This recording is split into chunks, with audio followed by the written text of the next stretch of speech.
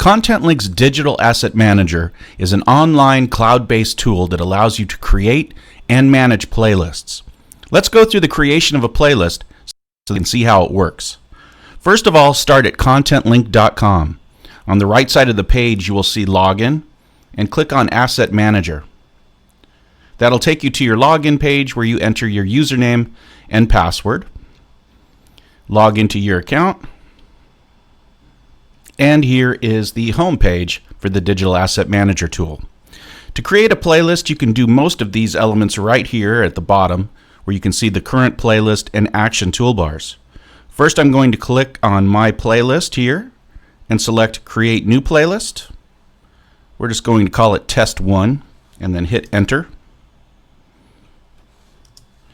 Then we're going to go to the Action toolbar and click on Edit. This shows you all of the specific attributes of the playlist, and I'll go through these and explain them to you. First, you have your name field here. You can always change the name of your playlist right here. Next is duration. This is the amount of time that a still image will be displayed on the player. It's in milliseconds, which explains the big number, so 7,500 is actually 7 seconds. If it was 8,000, it would be 8 seconds, 9,000, 9 seconds, etc. Next, we have the autoplay video. That just means when a video is in your playlist, it starts automatically when it comes up. If it's deselected, you'll just get a gray play button on the screen, which is not any fun, so let's just leave that guy selected. Make Interactive is referring to the buttons that are on the side of the player: Photo Booth, Lens Demo, and Face Shape Guide. You can deselect Make Interactive, and that takes all of those buttons off, or you can take off the individual elements like so. The reason why you would probably want to make something non-interactive is if you were using one of our media players on an existing television set. If you have a television set, it's non-interactive, your patients can't touch the screen, so you'll probably want to deselect those elements. However, for a playlist that's going to be shown on one of our tablets, you probably do want to leave it interactive. Down below that, we have Force Reload. That just means that there's a number of times that a playlist goes through its rotation before it contacts the Contentlinq server to look for changes, whether those changes be changes that you've made in a specific playlist, or perhaps there's a software update that Contentlinq has pushed. Right here, the default is 7, which means that the playlist will go through its rotation 7 times, and then it will check the server for any changes. You can make that bigger or smaller if you want. It just means the bigger the number, the less it checks the server.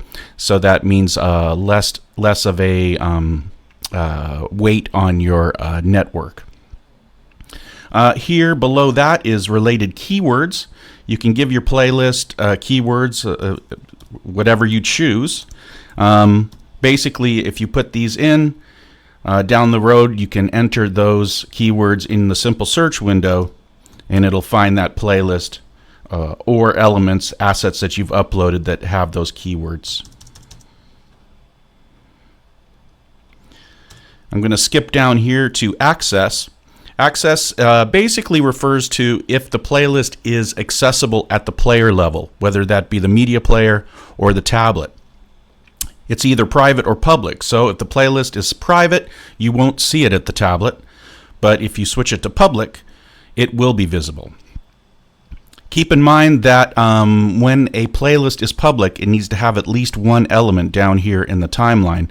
If there are no elements, the player gets confused, is trying to load a playlist that has no elements in it, and it will clog up the system. So just keep in mind, when you make your playlist public, that you need to have at least one element or asset down in your timeline. I'm going to skip down to Copy from Playlist. This is a great feature if you are creating a brand new playlist, but you want to use a lot of elements from a previous playlist that you've created. You can click here, and it'll show you all of the previous playlists that you've created. You can choose the one you want to copy from, click Save, and it will import all of the assets from that playlist into your new playlist. At that point, you can delete whichever ones you don't want to include and also add to.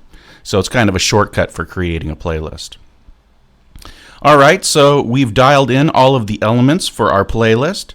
Now it's time for us to add content. Now there's two types of content that you can add to a playlist. Content that Contentlinq has on its servers for all of the various vendors, frame companies, etc. And then there's also content that you are uploading that you've created yourself. So let's start off with creating or grabbing some content from a vendor already. So we'll go to this simple search window on the right side of the screen, go down to advanced search, and when you click on that, it'll take you to this page. Just scroll down to where it says vendor. You can choose the vendor you want to add content from. Put in your retailer account number that's associated with that vendor, and then click View Matching Results. It'll show you all of the content for the vendor that Contentlinq has on its servers. If you want to have a better look at these assets, you can click on them to get a preview. We can see that this is a JPEG, which means a still image. If it is a MP4 or video, you can click on it and get a preview of that video. You can also see how big the file is. This is 45.3 megabytes. That comes into play down here. You see that there's actually a progress bar or size meter. Each playlist has a maximum size of 1 gigabyte. So as you add elements, you'll see that this bar starts to fill up. Another interesting thing, when we click on the asset here and view it in preview mode, there's a download link. So this allows you to actually download the file onto your desktop or laptop. You could use that image to promote the fact that you have a new line on your social media feeds or perhaps on your website. So it's good to be able to access those files directly. So when we want to add one of these elements to our timeline down here, there's two ways we can do it. You can either drag and drop and it'll add, or you can just click the plus button right here at the bottom and that'll also add it. So let's say we wanted to add a different vendor. Let's say we wanted to add Maui Gym content. We'll go again to the simple search box, go down to advanced search, click there. Once again, we scroll down to vendor, then we scroll down to Maui Gym, put in our account number, and then click View Matching Results. We'll see all of the Maui Gym content, and we can see what the elements look like, and if we like it, we just click the plus icon or drag and drop down into the playlist and it adds it to the beginning. Let's talk about adding our own elements. Let's say that you've created some still images talking about an upcoming promotion that you may have, or meet the staff, one of those kind of things. Let's talk about that. Down here in the action toolbar, if I click there, we can select upload to this playlist. And then we just find the element that we want to add.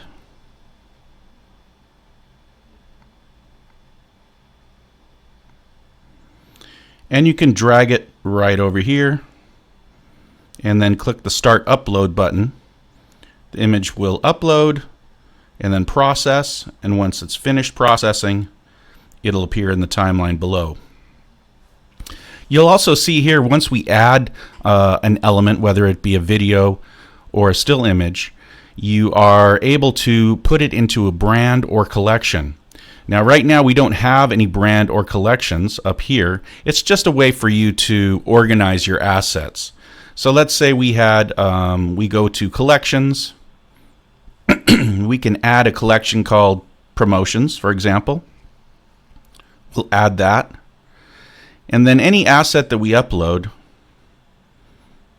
we can go in. I'm clicking the edit here.